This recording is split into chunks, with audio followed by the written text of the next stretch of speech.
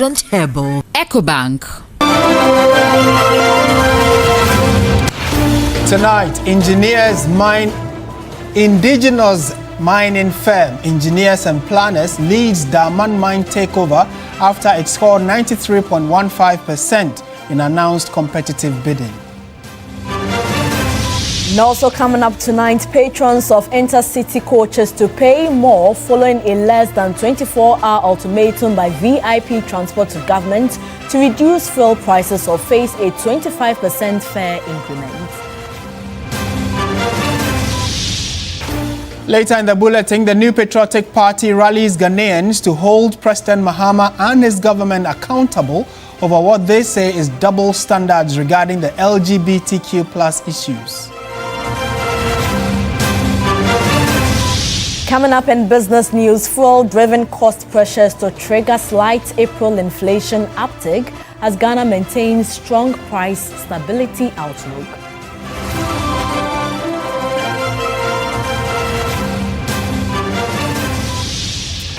And on the international front, U.S. begins pounding Iran as President Donald Trump threatens to wipe out an entire civilization if its leaders fail to make a deal.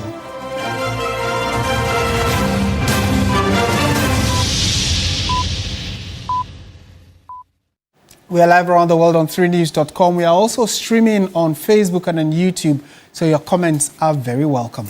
In our first story, indigenous mining firm Engineers and Planners came tops as the highest scoring bidder for the Daman mine takeover. The tender committee has recommended the grant of the mining lease to the company after it scored 93.15% in a competitive bidding process conducted by the Minerals Commission. Goldfields Ghana Limited, which has operated in the country since its incorporation in 1993, currently holds a 90% stake in its mining operations, while the government of Ghana retained a 10% free carried interest in line with Section 43 of the Minerals and Mining Act 2006. According to the report, 4 companies responded to the public tender announced in the media. Out of these, 2 firms, Engineers and Planners Limited and Heath Goldfields, were shortlisted by the Minerals Title Department of the Minerals Commission and subsequently submitted to the tender committee for detailed assessment. Secretary of the committee, Joseph Kofi Roko, explained the rationale for the recommendation of Engineers and Planners. And then when you go to technical and engineering experience, you will see that disparity in the bank. EMP demonstrated clearly that they were up to, or they had the experience to be able to do the job as opposed to Heath Goldfields 18.4%. When it comes to methodology and work plan, we scored EMP 9 out of 10, Heath Goldfields 6.2 out of 10. On the qualification, EMP had 9.6, Heath Goldfields had 9.2. You will see that it was a close mark in the sense that these are all entities in the mining sector, so they all have the same or have similar qualified professionals. So that's why the score is a bit close. And the requirement was that you must show evidence that you have access to funding in excess of 500 million USD. EMP demonstrated that by documentation that showed that at least Stanbic and ABSA have committed to funding the operations to the tune of 505 million USD. Based on the requirements, the guidelines published, EMP met all the requirements, they satisfied the mandatory requirements, they met able to demonstrate that they had the technical and financial capability to be able to run the operations of the mine when it is given to them. Chairman of the committee, Innocent Marcus Haliga, indicated that the process went through high standards of transparency. Based on Regulation 2621C of LI 2176, which says that preparation of a report on the we are at the stage of Regulation 263 of LI 2176, where there will be a transmission of the report to the minister.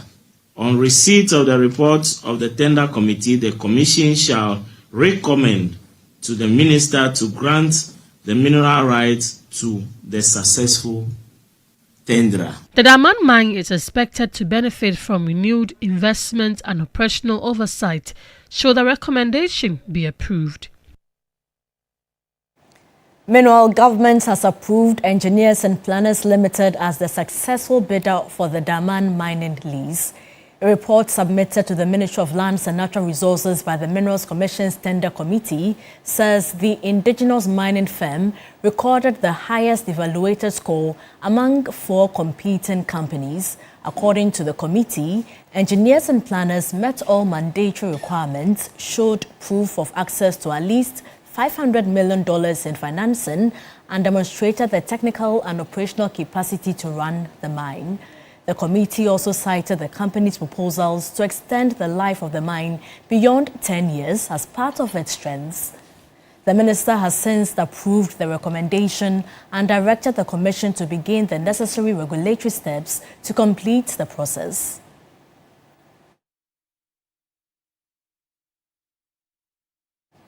Let me now hand over to Martin for more on this development. Martin. Yes.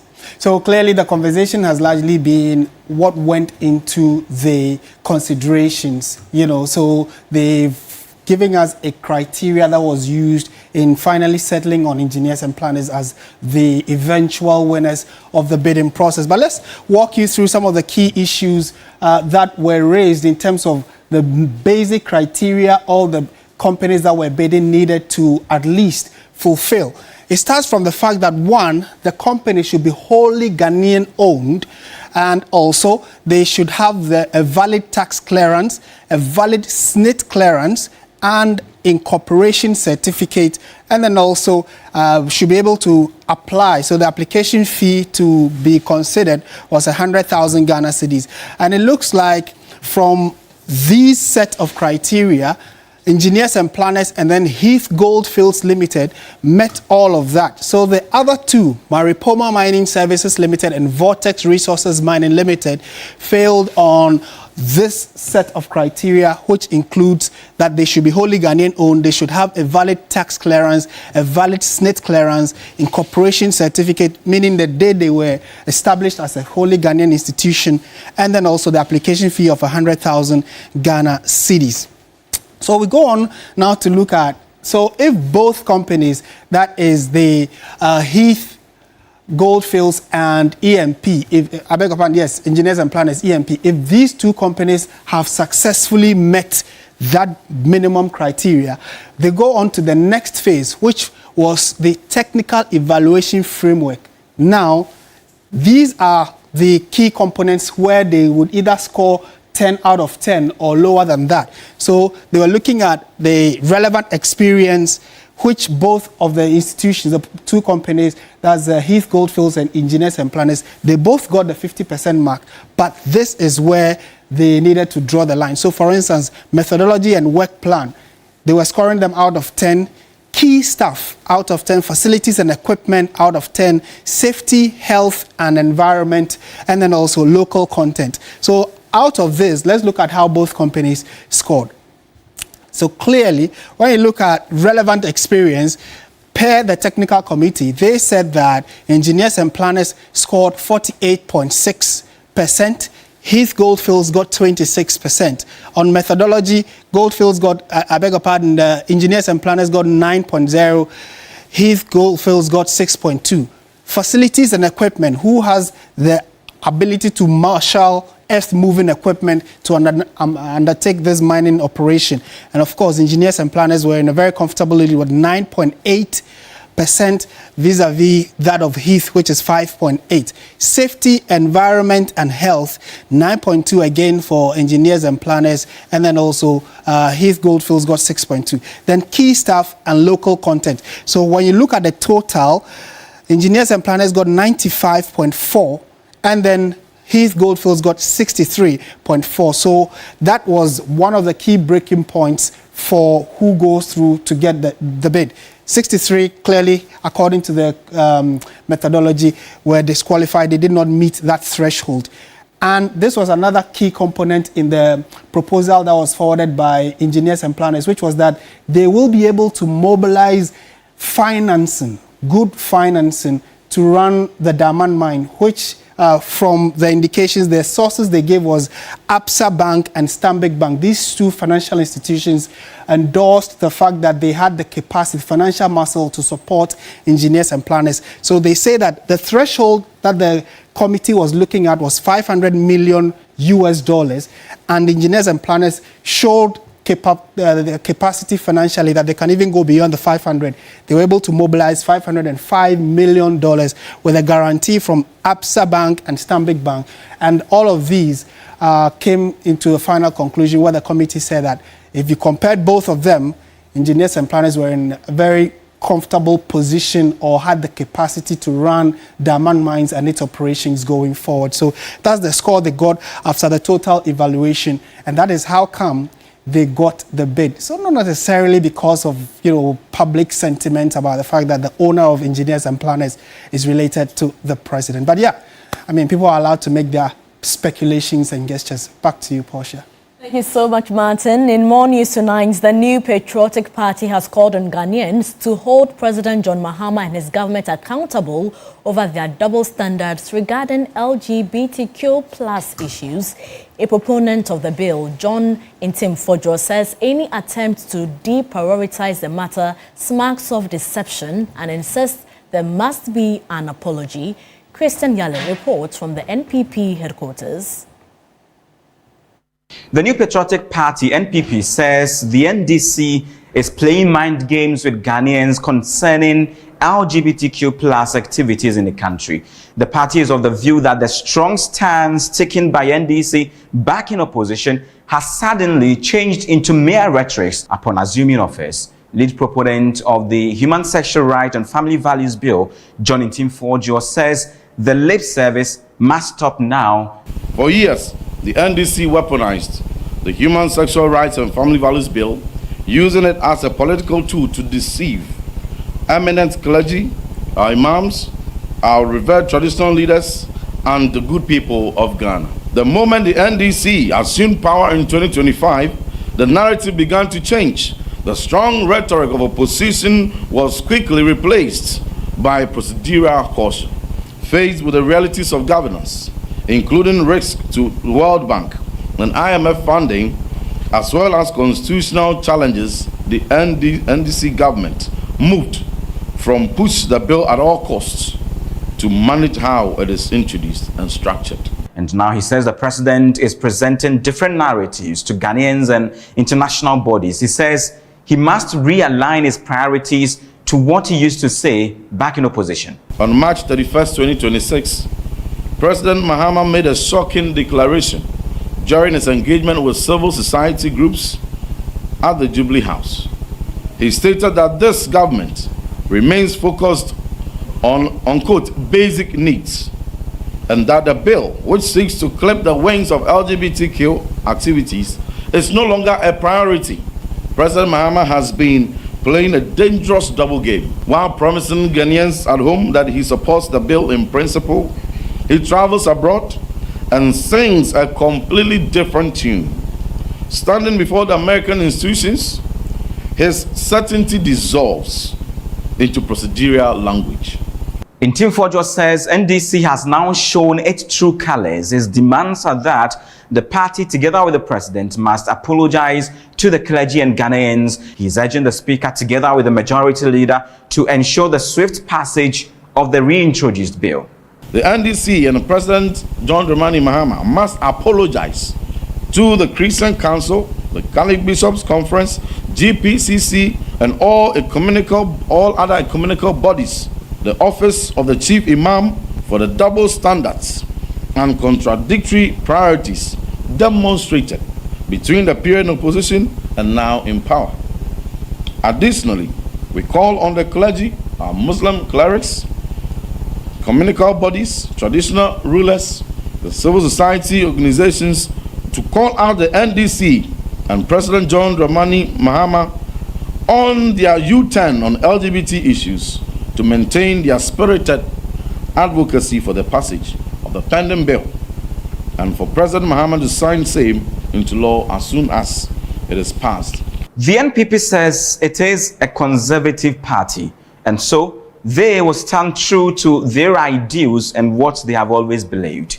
Christian Yali, TV3 News, NPP Headquarters, Accra. In more news this evening, patrons of intercity coaches may soon have to pay more following the issuance of less than 24-hour ultimatum by VIP Transport to government to reduce fuel prices or face a 25% fare increment. Meanwhile, other transport unions have suspended the implementation of new fares, awaiting President Mahama's meeting with Cabinet on Thursday, the 9th of April. Demands for fare increments by transport unions have intensified following recent upward adjustments in fuel prices. The surge in fuel prices has largely been attributed to the ongoing America-Israel-Iran tensions, which have disrupted global oil supply. This situation, coupled with rising prices of spare parts, is mounting pressure on transport operators who are now seeking to pass on the cost to commuters. At the Equal Business Forum, President Mahama announced plans to engage Cabinet on the matter. On Tuesday, April 7, 2026, representatives from the Ghana Private Road Transport Union, GPRTU, the Ghana Road Transport Coordinating Council, GRTCC, and VIP Joint Transport met the Transport Minister behind closed doors to deliberate on the proposed fare adjustments. General Secretary of the Ghana Road Transport Coordinating Council, Ohini Yeboah, told journalists that the unions have agreed to hold off on implementing new fares until after the cabinet meeting. We will tell the unions to hold their fire for a while and let's talk to the ministry. Because we have always done this and we get a good results. The transport unions have, however, urged the government to consider scrapping some taxes on fuel, which they say contribute significantly to the current price build-up. We have actually tabled a number of proposals, including taking off some taxes so that we bring the price down. But once it comes and there's a way of, you had a way of dealing with it and bringing the fuel price down. So I have no justification increasing transport. As for us, all that we need is that the fuel price is within the rate that we can work and make our profits. However, patrons of VIP Joint Transport nationwide will have to pay 25% more from Wednesday, April 8, 2026. General Manager of VIP Joint Transport at the Cabre Frimpong Manson justified the decision. Yes, it is true that we have announced price increases, and those price increases are on the board. We will still await what the president has got to tell us. But then what we have already announced, it stands. Until tomorrow morning, you can tell. We have said that 07 hours, Wednesday 18th, there's a new transport fare. So come there, see what you pay. According to him, the increment is long overdue and should have taken effect as far back as March last year.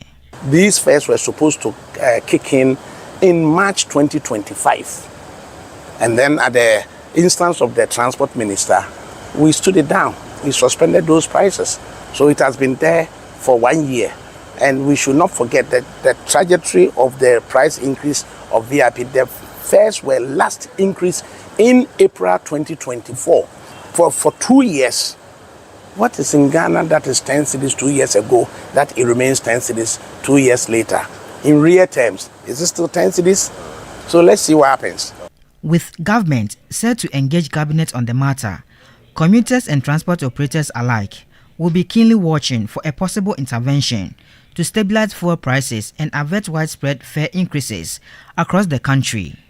Stanley Niblew, TV3 News, Accra. Now, residents across parts of Accra are being advised to brace for temporary power interruptions as the Electricity Company of Ghana rolls out a major transformer upgrade aimed at stabilizing electricity supply in the capital. The 240 million cedi investment will see the replacement of aging transformers across 8 substations. 12 transformers across substations in Adenta, La, Tishinungwa, Manjo, Bachuna, and Lashibi will be upgraded from 20 to 30 MVA. The capacity boost CCG will significantly reduce overload that have long burdened these communities, According to ECG, the intervention is designed to meet increasing electricity demand driven by urban growth and industrial activity in the capital, while positioning the power network to serve Accra reliably for the next 3 decades. We are doing this project just to increase capacity at the substation, to increase reliability, to improve efficiency in such that customers within the enclave will enjoy reliable supply, very good voltage, and so also in prepared to get new customers connected onto the substation. You know, this place is a fast growing area, and that we are wants to be very ready anytime that any household, any entity, any company that is ready to connect to power supply will have enough capacity to supply those homes. For us to minimize the impacts, we've developed a program, 4 groups of program, where each customer is going to just experience 6 hours of outage during the period of this work. The company acknowledges the inconvenience the exercise may cause, but insists the long-term gains far outweigh the temporary disruptions. ECG has published a detailed schedule on its official channels and is urging communities to plan accordingly. The frequent outages and transformer overloads should be a thing of the past. This is the first phase. We will also move to other substations where these exercises will take place. It's also to inform our customers that we do appreciate their patience as we undertake this exercise. Of course, there are going to be some disruptions, some outages due to this exercise. We apologize for the inconvenience, but we hope that after this exercise, our customers would enjoy very reliable power. The upgrade follows renewed government focus on strengthening power infrastructure, with assurances that consistent and reliable electricity remains a top priority. For many Ghanaians, especially young people, HIV self-testing has become a preferred option because it offers privacy, convenience, and quick results. But health authorities are raising concerns about counterfeit HIV test kits reported on the Nigerian market, warning that they could undermine Ghana's HIV control efforts if they find their way into the country. There's more in this report. HIV self-testing is increasingly becoming popular, particularly among individuals who prefer to avoid the stigma often associated with visiting testing centers. Many people choose to purchase the kits outside hospitals, relying on the results to make critical decisions about their health. But health experts warn that counterfeit kits could produce false negative results, giving users a false sense of reassurance or false positives that may cause unnecessary panic and emotional distress. Recent reports indicate a number of fake testing kits identified on the Nigerian market. Gains made by government in controlling HIV infections could be threatened if these fake kits enter the Ghanaian market. We expect people to take notes of those batch numbers.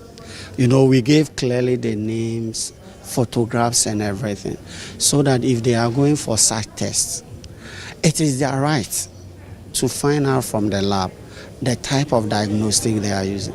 That is why we cannot take consumer education out.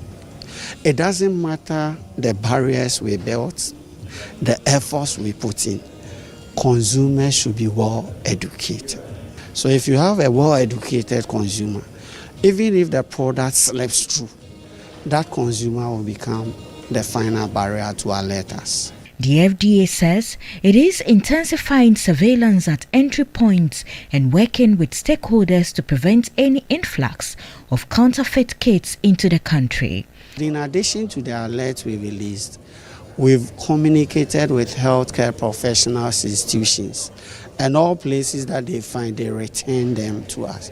So it is like as we are informing the population, at the same time, behind the scenes, we take all measures to pick any available one so that it is not even used on the population. There are so many ports in Ghana. FDA does not sit at all the border towns. And if you have visited any of our border towns, we even have people living in Ghana. Their farms are in Togo. So movement of these products can easily happen. As regulators work to prevent the entry of the counterfeit HIV test kits, the message remains clear. The FDA says the fake testing kits are not yet on the Ghanaian market, but the general public is hereby cautioned to look out for the original test kits at the various pharmacies across the country to ensure the accurate result is what you are getting for proper health care. Sarah Apenko, TV3 News, Accra. Let's now go to the Ashanti region, where the Efia Kobiampim Girls Senior High School at Trabom in the Atrema Kwaoma district of the Ashanti region has received support from CIMAF to enhance the school's academic infrastructure. Increase in school enrollment has brought pressure on limited facilities. The school, which has seen increasing student enrollment, is currently struggling with inadequate facilities to support effective teaching and learning. Although management has initiated the construction of a story building to ease congestion, the project remains incomplete due to limited resources. In addition, a summer hut being put up to provide a conducive space for students to study after school is yet to be fully developed. In a bid to support the school's efforts, CIMAF Ghana Limited has donated bags of cement to aid the completion of some of the stalled projects. Speaking to TV3 News on the sidelines of the presentation, the Deputy General Manager for Sales and Marketing at CIMAF, Joseph Kobna Abu, explained that the donation was in response to a request from the school's management. He noted that the company deemed it necessary to support the initiative to improve infrastructure and create a better learning environment for the students. This school is named after the mother of the king of Ashanti, Otumfuo Osei II. So it's an important school which is dear to the heart of the king. So when there's a request coming from the headquarters of Ashanti, then it is very urgent for us. So we honored the request made by the headmistress about 2 months ago, just to ensure that the infrastructure projects which need to be completed is done to enhance the learning and teaching activities of the school.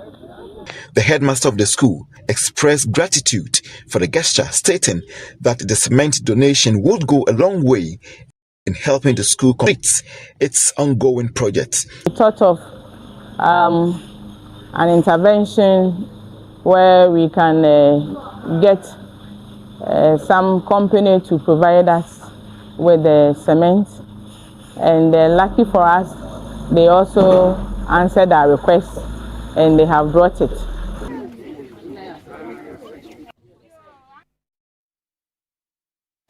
Still watching News 360 on TV3. Business, sports and entertainment are all coming up. Do stay with us.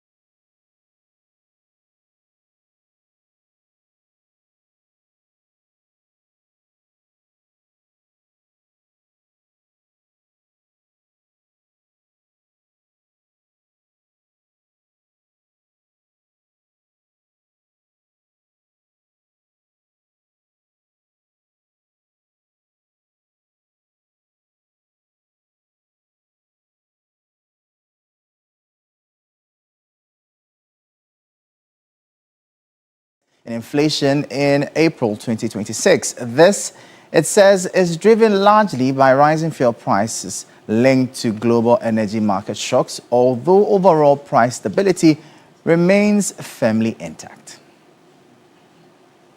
IC research says domestic petrol prices have risen by 10.9%, while diesel has surged by over 32% since the start of the year. This has been attributed mainly to higher global energy prices triggered by ongoing geopolitical tensions, as well as a nearly 5% depreciation of the cedi. Despite these pressures, IC research maintains that inflation remains well anchored.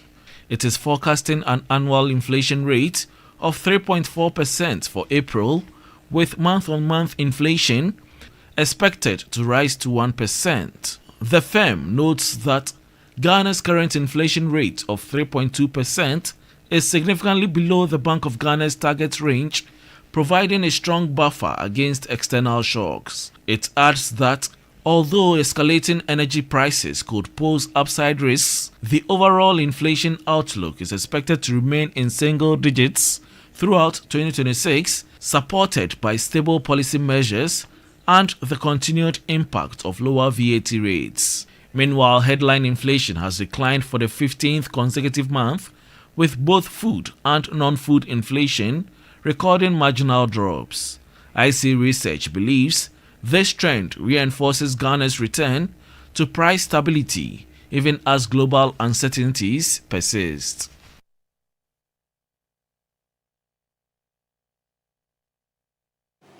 Now, Ghana is losing an estimated $2.5 billion every year for exporting its commodities in their raw state rather than processing them locally. The Minister for Trade, Agribusiness and Industry, Elizabeth Ofosu-Ejari, revealed these staggering figures during the 2026 Kweu Business Forum. The Trade, Agribusiness and Industry Minister cautioned that the country's continued reliance on the export of primary goods such as raw gold, cocoa, cashews and timber is effectively exporting wealth and jobs to foreign nations. Ofosu-Ejari explained that the loss represents the value addition gap, the difference between the price of raw materials and the significantly higher price of finished or semi-finished products on the global market.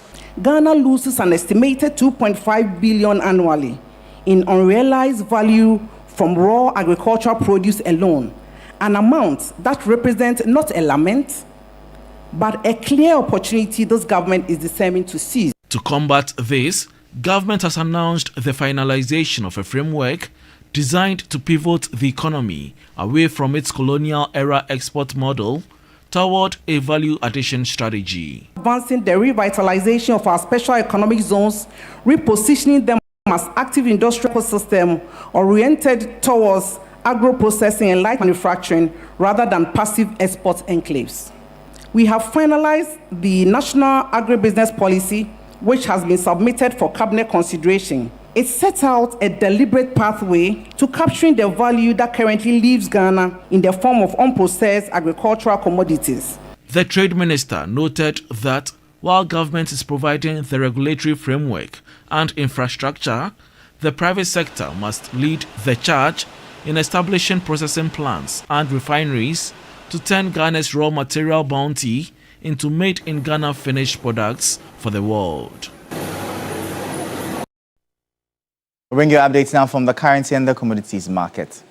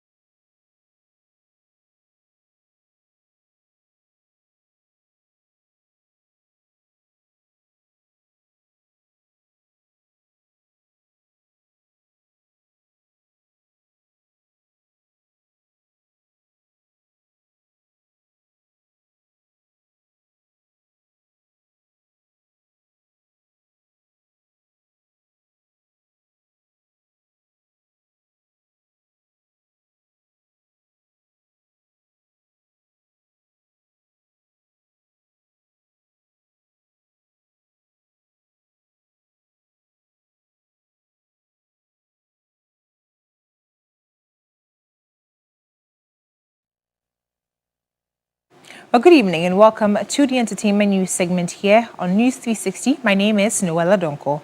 Now, Kanye West's permission to enter the UK is under review as backlash grows over his scheduled headline performance at London's Wireless Festival.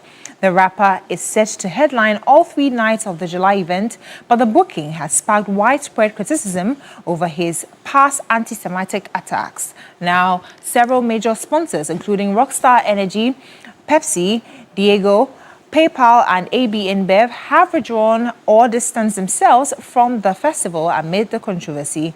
Now, UK Prime Minister Keir Starmer described the booking as deeply concerning, while opposition figures have called for West to be barred from entering the country.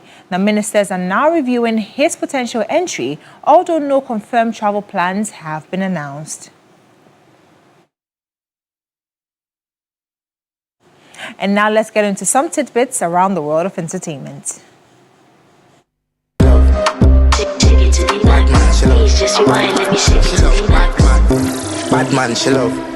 After the global success of Shake It to the Max, the Ghanaian singer is teaming up with Jamaican dancehall star Skillybank for his upcoming North American Bad Man She Love tour. What started as a breakout single quickly turned into a worldwide phenomenon, especially after Skillybank jammed on the remix, helping the track reach new audiences across the globe. The song went on to rack up over 1 billion streams in dominated charts, including a remarkable 22-week run at #1 on the US Afrobeats chart. Now, the duo is bringing that same energy to the stage. The tour kicks off May 24 in New York and will hit more than 20 cities, giving fans a chance to experience their undeniable chemistry live. Max, please just rewind, let me shake it to the max. Shake it to the max. Shake it to the max. Rapper Offset is in stable condition after being shot on Monday, April 6 in Florida, his spokesperson confirmed. The incident occurred outside the Seminole Hard Rock Hotel in Hollywood, where police reported a non-life-threatening injury. 2 suspects have been detained and investigations are ongoing. Offset, a member of Migos and former partner of Cardi B, rose to fame with hits like Versace and Grammy-nominated album Culture. The shooting comes years after 2022 killing of his cousin and fellow Migos member Takeover. Versace, Versace, Versace, Versace, Versace, Versace, Versace, Versace, Versace, Versace, Versace.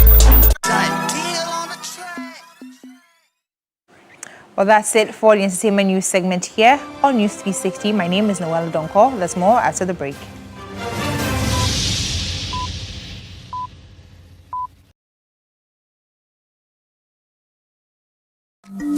In Ghana, our gold is more than a resource. It's a part.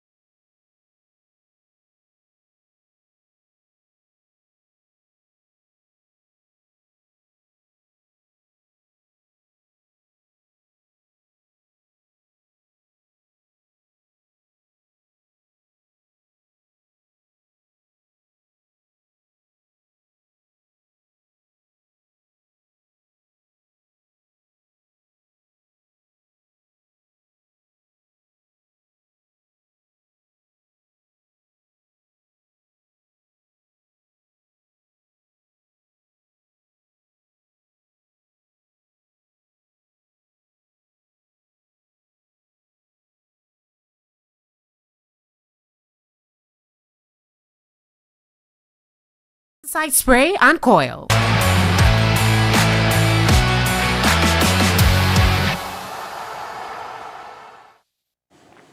Hello, good evening, and welcome to the sports segment here on News 360 with me, Oreku Ampofo. The countdown to a historic chapter in African football is now underway following the official confirmation of dates for the 2027 Africa Cup of Nations, which will be jointly hosted by Kenya, Uganda, and Tanzania. Scheduled to run from 19 June to 18th July 2027, the tournament will be staged under the Pamoja East African 2027 banner, symbolizing unity and collaboration across the three host countries.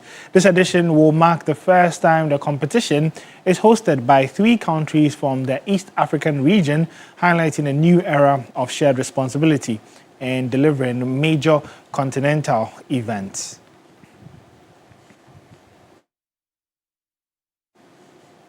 To some more stories where we'll be taking a look at the Black Stars, who are still weighing up their chances of be getting a new coach. Remember that it's 65 days left till Ghana gets a new coach when it comes to the FIFA World Cup, and the search is intensifying, with the GFA expected to meet later this week. That's the Executive Council. However, the big question is whether the FA should be looking at a long-term or short-term coach for the World Cup or beyond that. Now, editor for Graphic Sports, Maurice Kwanzaa, has been speaking and believes that Ghana should still not press the panic button and take their time to find a coach for the long term. For the long term, because those stopgap measures have not really helped us, and because of lessons we've learned, and particularly this GFA, in the last 6 years or so, look at the number of coaches, so they need to take their time, shouldn't press the panic button. We are just about 65 days to the World Cup, but it's important that you think medium to long term, because after the World Cup, there's an AFCON to take care of. So you need an experienced coach within budget to look at the World Cup and use it as a springboard, because I don't think we can win the World Cup. Yeah. But we need to start targeting the AFCON. We've not won since 1982, 44 years, before any of the players in the squad was even born. It's very embarrassing for a country like Ghana, but this is a time for us to think long term. To some women's football now, where Gunnar Swedro is gearing up for a thrilling spectacle on Sunday, April 19, as the Swedro Sports Stadium hosts the 2025-2026 Ghana Women's Premier League final. The final will see two of the league's standout sides, Ampem Darkwa Ladies and Hazakes Ladies, face off in what promises to be an intense and entertaining contest. Ampem Darkwa Ladies dominated the Northern Zone with authority, finishing top with 37 points, 8 clear of second place Savannah FC, who ended the season on 29 points. Meanwhile, Hazakes Ladies edged a closely contested title race, finishing just 1 point ahead of Army Ladies after a strong and consistent run. The last time Hazakes Ladies did beat Ampem Darkwa Ladies, it was 2023-2024 at the University of Ghana Sports Stadium, where Hazakes Ladies emerged 2-1 winners.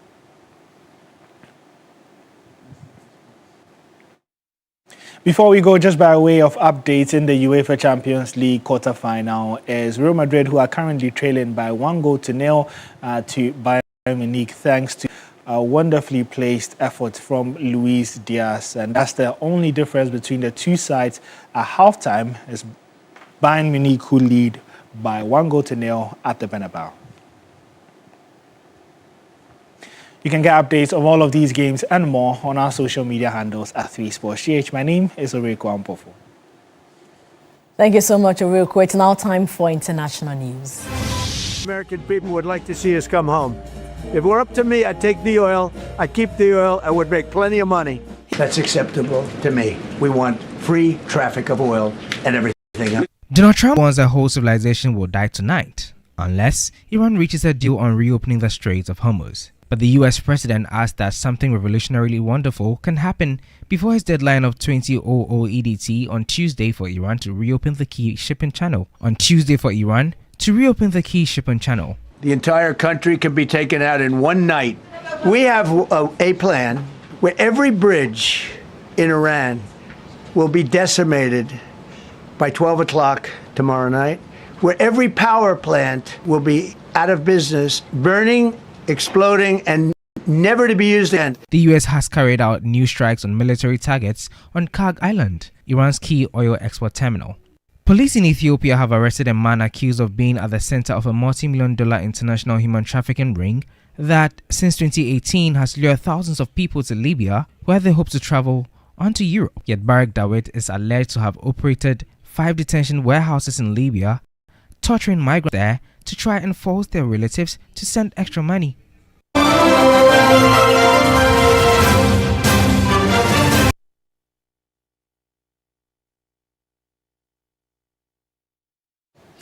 Well, that's our package for this evening. Thank you so much for watching. My name is Martin Esiedu-Date. And I am Portia Gabodu. Join Beatrice Edo at 9 p.m. for Agenda. At 10 p.m. there's Ghana Tonight with Alfredo Kanse. Good evening.